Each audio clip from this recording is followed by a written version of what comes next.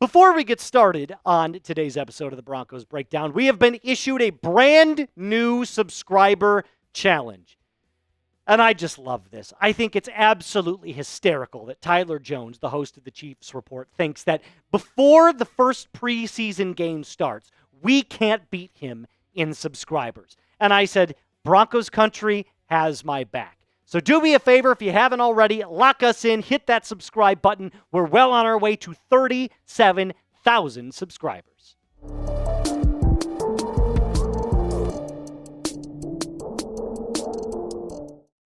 Let's get pumped up, Broncos country. I can't wait for today's episode because it's all about how the Broncos can dethrone the reigning Kansas City Chiefs and the AFC West champions for like 6 years running, but also how they can knock out the LA Chargers as well. That's right, partner, how they can control the West, the AFC West, that is. So I've highlighted a 3-step plan to knock off both the Chiefs and the Chargers from contention.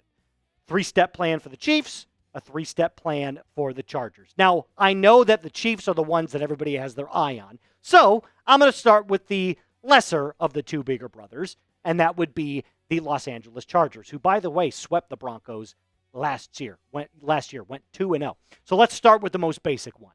Force Justin Herbert to throw often. What? Moose, how can you say that? He's a really good quarterback. Not so fast, my friend. There's a reason I say this. Now, on the surface level alone, and by going back and watching the tape, yes, Justin Herbert is a very, very good quarterback. Top 10 in the NFL, there's no doubt. And under the direction of Jim Harbaugh, he got even better than we anticipated. I mean, the numbers, they prove it. He was unbelievable last season in 2024.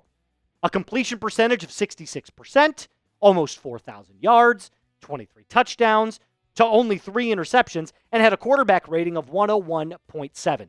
On the field, the eye test will tell you he is going to be the LA Chargers quarterback for a long, long time.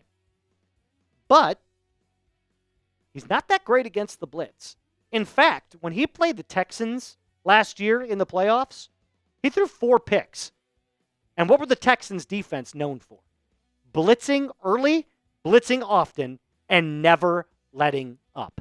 They are one of the most relentless defenses in the NFL. Shout out to D'Amico Ryan. But remember, this isn't the Texans Today channel. This is the Broncos Breakdown. So, obviously, when you attack Justin Herbert, who will play twice this season and could potentially see in the playoffs, you've got to be able to force him to throw and make those mistakes. Put the pressure on him early and often. Jim Harbaugh loves to run the football. He's got that 1970s mentality. It's ground and pound all the time. If you can force Justin Herbert to play a more modern style of football, he will make mistakes. That's guaranteed. My second plan, or second step of the plan, I should say, kind of goes hand in hand with forcing Justin Herbert to throw the ball. Press LA's wide receivers hard. It's no secret that the biggest weakness right now on the Chargers is their receiving core. It's not very good. After they lost Keenan Allen and Mike Williams, it kind of went downhill. Now, they drafted Ladd McConkey last year, who proved to be a very good wide receiver. He's their wide receiver 1. They found a nice little hidden gem. He's proven to be a very, very capable player. No doubt in my mind. But outside of Ladd McConkey, who else? I mean, let's just really be honest. Like Trey Harris, the guy they drafted in the 2025 draft? Yeah, listen, he's got one route, deep. And you put Pat Surtain on Trey Harris, good luck. You ain't going to get by Pat. So if you press those wide receivers at the line of scrimmage and force them to be physical with you all day long, kind of beat Jim Harbaugh at his own game, who's Justin Herbert going to be able to throw to? Quentin Johnston? That guy couldn't catch a cold in a freaking ice storm.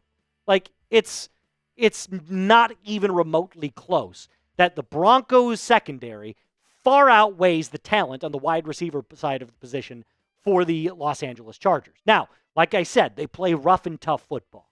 There's no finesse to their game. They're going to stack the line of scrimmage. They're going to go single back formation, 2 wide receivers out wide, and they're going to try and nickel and dime you to death on the ground. And then just when you move up to play against them in the run, they're going to let it rip downfield. That's their kind of game. But if you can force them to play a more modern style of football, a more spread out version of the shotgun offense, then you have a shot to beat them. Because if you play Jim Harbaugh at his best and you play him and you try to go punch for punch with him, it ain't going to work. And that's just the truth, at least not on the offensive side of the football. So are you worried about the Chargers heading into the 2025 season? Yes or no? I'm going to say soft yes. I wouldn't say I'm worried about them, but they definitely aren't someone you have to take lightly because they do have a much better quarterback. They do have a much better head coach. And, of course, they've been the team that has, been making strides to also dethrone the Chiefs in the West. So I'm not worried about them, but I'm also not worried about them, if that makes sense. Let's talk about the final step of the plan. Attack the defensive line early. I know. They have a really good defense. They do. And they rated very high last year in total defense. But there's one area on the defensive side of the ball that they're not even close to as good at against the pass. And that's their run-stopping defense. In fact, it was kind of middle of the pack. They allowed 117.5 rushing yards per game. So clearly there is a way to stop that defensive line. It's pound the ball up the middle. So as I just said, on the defensive side of the ball, don't allow them to play rough and tough. You have to play rough and tough when you get on the offensive side of the football. And this screenshot right here kind of perfectly encapsulates what I'm talking about. I know it's the Chiefs against the Chargers, but this is an I formation where Travis Kelce lines up out wide. He actually goes in motion on this play and then stacks up on the opposite end of that edge rusher there on the right side. If you can pound the ball up the middle and force this team to play, up, you can get them on their heels enough to where you can take the top off the defense in the play action. Bo's arm is more than capable. His playmaking ability, more than capable. So force the Chargers to play up and then just air it out. Let it rip. Do the exact opposite of what I told you to do when you were working on defense. Does that make sense? Because the one thing you cannot do against Jim Harbaugh on the defensive side of the ball is play his game. But if you force them to play your game on offense, you see where I'm going with this? It just makes a lot more sense. So that's the 3-step plan that I have to take out the Chargers. You still got to talk about the Chiefs. And that plan, a little bit more in depth, a little bit more convoluted, in my opinion. But before we do that, my friends, this great deal is going on right now at Fanatics. $44.99 was the original price of this jersey. It is now $29.24. All you got to do is go to chatsports.com/Broncos jersey. It's midnight black. It's got stretchy fabric. It's completely customizable. And it's got your name literally written all over it. So do me a favor. Use the link that I've put in the comments and description of today's video and start shopping with Fanatics today. Okay, let's talk about the Chiefs. Let's beat them. Here's how you do it. First thing you got to do, keep Mahomes off the field. Last year, Mahomes actually looked somewhat human. And that's not something I could have said in the previous 5 or 6 years of his career. I mean, this was the worst season statistically he's had in his entirety of playing in the NFL. And it's not close. And these numbers, kind of mid. They're slightly above average, but for him, they're terrible. Now, despite his down year, he still can light you up on any given week. And I think Broncos fans know that better than anybody. So you can't take Patrick Mahomes lightly. I'm not saying that, he's going to be all world next year, but you can clearly expect that there's going to be a better version of Patrick Mahomes this year. Apathy sets in after you've won 3 Super Bowls. I'm sure last year was one of those down years. So, despite, like I said, his down year, he's going to come back firing on all cylinders. So the best way to prevent that is to just literally keep him off the field. The Broncos defense is so good that they can handle Mahomes when he's on the field. But the offense has to do a good job of milking that clock and maintaining long, sustained drives so that Patrick Mahomes can't get in a rhythm. That's the best part about offense when you're at least humming along. You can manipulate the game with the clock. And I think that's one of the main reasons that teams are able to stop Patrick Mahomes. The second way, and this we saw in the Super Bowl last year with the Chiefs and the Eagles, get home with 4 pass rushers.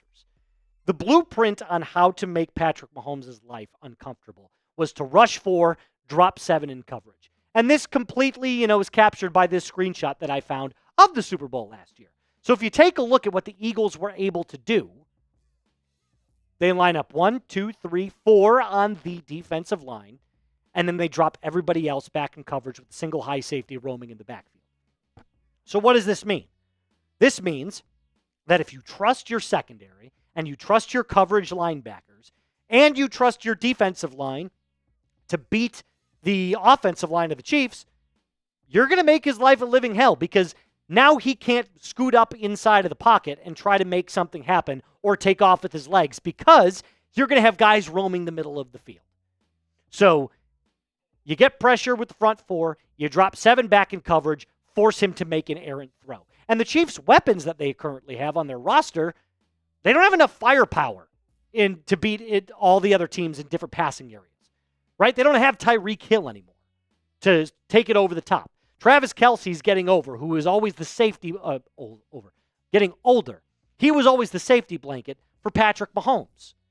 So if I'm looking at the way that the Chiefs roster and their wide receiver room is currently set up, I mean, Rashid Rice is pretty good. Xavier Worthy's a gadget player. He's fast, but doesn't possess the route running capabilities yet. And Hollywood Brown is a good 3. But, I mean, can we all be honest for a second? Like, the real threat to the Broncos is Mahomes. If you can take Mahomes out of the equation and just leave it up to the Chiefs wide receivers, you're going to win that football game. Period, hands down. So I'm really excited to see how Vance Joseph attacks Patrick Mahomes and Andy Reid when they go up and face each other. I think the first one is in week 10. Week 10 or week 11. Don't quote me on that. All right, final step of the plan. Play smart football inside the 20s. This is where a little bit of my conspiracy theory comes out. I'm going to be the guy that says the refs are clearly on the side of the Chiefs. I don't think the games are rigged. That's not what I'm saying. But I do believe that the players that make this league money get preferential treatment, which means they get a little bit more love from the refs. If you watched any Chiefs game last year, you would have seen it plain as day. The refs favored Mahomes and Andy Reid. The Chiefs are a money-making cash cow for the NFL. They want to protect their best asset. So, if that means a call goes a little here, call goes a little bit there, they're going to make it for the Chiefs. With that in mind, don't get baited inside the red zone. Play your smartest football inside of the 20s. If you can force the Chiefs to make field goals or force them to punt inside their own 20s, you are doing something right. And I found a nice little screenshot that kind of indicates how I expect the Broncos defense to attack Mahomes while they're inside the red zone. This was taken on the 20-yard line for the Chiefs. You got Mahomes there in a spread formation. Notice the 2 wing defenders coming out. They're going to attack on the inside while also having your 2 down linemen punch up the middle. So there's a variety of different ways to keep Mahomes at bay inside the red zone. You just can't be baited by going off sides with roughing the passer calls or any unnecessary roughness penalties while you're inside the hash marks. All right. I realize it was a very long episode, but that's what we're here for. We break everything down about the Denver Broncos. You're going to get full Denver Broncos coverage all season long, not only in the offseason, but also during the season when the time is right to watch this football team. So if you haven't already, do me a favor and hit subscribe. That's going to do it for us on today's episode. Remember to like the video, and as always, be cool.